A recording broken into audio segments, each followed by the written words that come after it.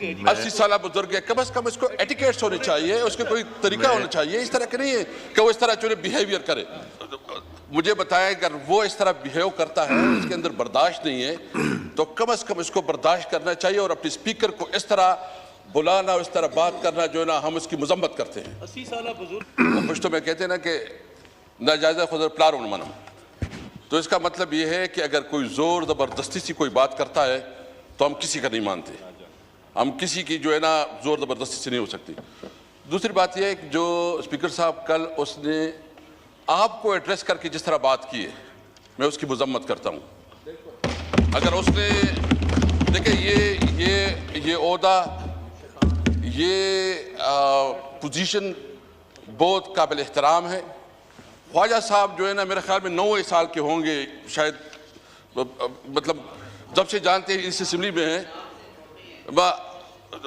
मुझे बताया अगर वो इस तरह बिहेव करता है, इसके अंदर बर्दाश्त नहीं है, तो कम से कम इसको बर्दाश्त करना चाहिए। और अपने स्पीकर को इस तरह बुलाना, इस तरह बात करना जो है ना, हम उसकी मजम्मत करते हैं। 80 साल बुजुर्ग है, 80 साल बुजुर्ग है, कम से कम इसको एटिकेट्स होने चाहिए, उसके कोई तरीका होना चाहिए। इस तरह के नहीं है कि वो इस तरह जो बिहेवियर करे।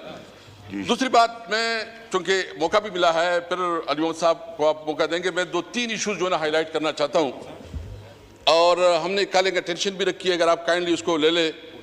इस वक्त जो फाटा और पाटा के ऊपर जो टैक्स की एक कल मीटिंग थी, मेरे ख्याल में उसको जो है ना पता नहीं है कि उसकी हुआ है कि नहीं हुआ है।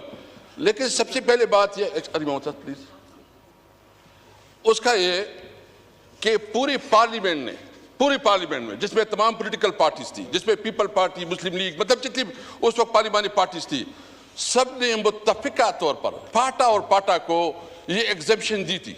और उसकी बुनियादी वजह क्या था? नंबर 1 ये कि ये वार जोन है, यहाँ जो है ना जंग की वजह से ये पूरी इंडस्ट्री, पूरा इलाका, इसकी इकॉनमी मुतासर हो चुकी है।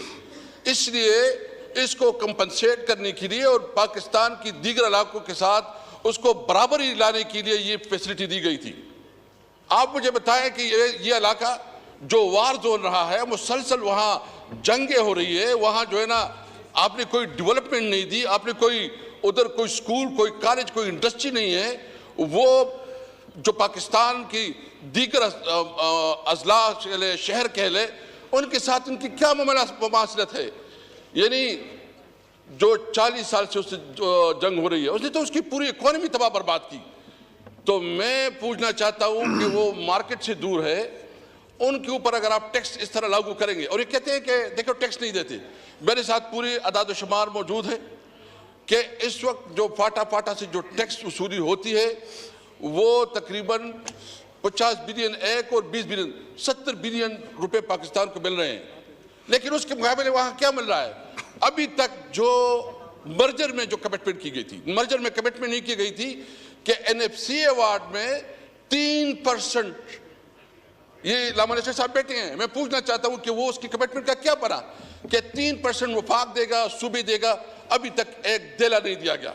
और उसको छोड़ें, जो रूटीन में फाटा को फंड जाते थे, जो वहां की डेवलपमेंट के लिए जाते थे, वो तो छोड़े, वो भी सूबाई हुकूमत के ऊपर छोड़ा गया है और वहां कोई फंड भी नहीं जाता, कोई डेवलपमेंट भी नहीं हो रही।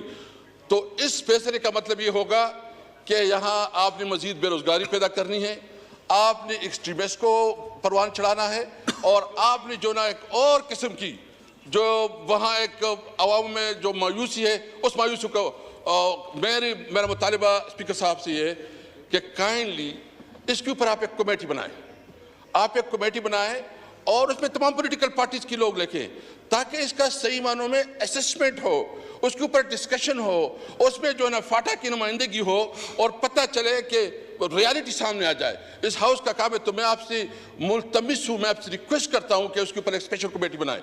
नंबर 2, जो चमन में इस वक्त जो है ना एक बहुत बड़ा धरना जारी है, वो चमन में धरना जारी है, उन लोगों का क्या गुनाह है? यानी अभी तक जो 70 साल से ज्यादा हुआ जब पाकिस्तान बना है, उनको एक फैसिलिटी दी गई थी, क्योंकि जो हमारे बॉर्डर एरिया है इसमें भी ट्राइब जो है ना एक तरफ उसका घर होता है, दूसरी तरफ उसका मस्जिद होता है, जमीन एक तरफ होती है, घर दूसरी तरफ होता है।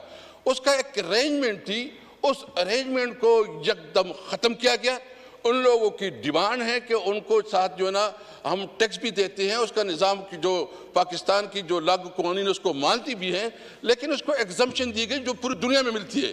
मैं मुतालिबा करता हूँ कि उसके हवाले से भी स्पीकर साहब, जब मैं था इस पोजीशन पे, तो मैंने एक स्पेशल कमेटी बनाई थी और वो स्पेशल कमेटी में हमने तमाम पार्टीज़ की नुमाइंदगी भेजी थी। इसमें हमारे साथ उस वक्त जो पंजरमान मौलाना साहब की जो पार्टी की अभी नाम भूल गया हूँ, वो मतलब सब हमने उसको लेके गए थे और उन्होंने वहाँ जायज़ा लिया, उसने एक रिपोर्ट पेश की और रिपोर्ट आपके सेक्रेटरीट में पड़ी होगी। तो मैं मुल्तमिस हूँ कि ये इश्यूज ऐसे कि पार्लियामेंट में उठाने चाहिए। तो मैं आपसे ये भी रिक्वेस्ट करता हूँ कि उसके ऊपर भी। तीसरी बात जो है लोड शेडिंग, 18 गेट से लोड शेडिंग हो रही है मेरे सूबे में, 18 गेट से लोड शेडिंग हो रही है और कहा जा रहा है कि यहाँ खैबर पख्तूनख्वा में चोरी हो रही है। भाई अगर कोई चोरी करता है तो उसको पकड़ो, उसके खिलाफ सूबाई हुकूमत चीफ मिनिस्टर साहब ने कहा कि आपको जितनी फोर्स चाहिए हम फोर्स देने के लिए तैयार है, लेकिन उसके बदले आप अगर इतनी बड़ी बड़ी लोड शेडिंग करेंगे तो एक तो लोग तकलीफ में हैं, मुश्किल में हैं और इसके साथ आपकी इंडस्ट्रीज भी जो है ना बहुत मुतासर हो रही है, आपका रोजगार भी मुतासर हो रहा है। भाई हम तो वैसे ही ये इलाका जो है ना मुतासर है और इस वक्त जो सूरत हाल है कश्मीर में जो हो रहा है, जो कि इस वक्त राइट्स बने हुए हैं और वहाँ जो असासी महरूमी और आजकल हो रहा है, मैं समझता हूँ कि वफाकी हुकूमत जो कश्मीर की हुकूमत है उसने उसको मिस हैंडल किया, उसको नहीं करना चाहिए था कि उसको इस तरह उसको मिस हैंडल, जो कल जो उसकी लोग जो है ना मरे हैं, जो शहीद हुए हैं, मैं उसके बारे में ये कहता हूँ कि उनको जो है ना कंपनसेट करना चाहिए, उनके साथ प्रॉपर मुज़ाकरात करना चाहिए और हुकूमत को हर मुमकिन तरीके से जो है उसकी जो इश्यूज़ है उसको एड्रेस करनी चाहिए। इस तरह अगर आप फाटा में कल आज जो है ना पूरा हड़ताल है, मलकन डिवीज़न में आज पूरा हड़ताल हो रहा है और उस हड़ताल का बुनियादी मकसद ये है कि आपने हमें दिया क्या है, आप हमसे ले रहे हैं। हमारा सूबा जो कि हर लिहाज से रेवेन्यू के लिहाज से जो है ना इस मुल्क को सब कुछ दे रहा है, लेकिन उसके मुताबिक कुछ नहीं मिल रहा। 3 मुतालबात है मेरे, चमन के हवाले से, मलकन और फाटा के हवाले से और लोड शेडिंग की। लोड शेडिंग तो हमारी सबका मसला है, सब इस पे बात करेंगे, लेकिन मैं ये ज़रूर मुतालिबा स्पीकर साहब आपसे करूँगा कि स्पेशल कमेटी बनाए उसके ऊपर ताकि पता चले कि हक़ाइक़ क्या जी। थैंक यू, अस्सलाम वालेकुम।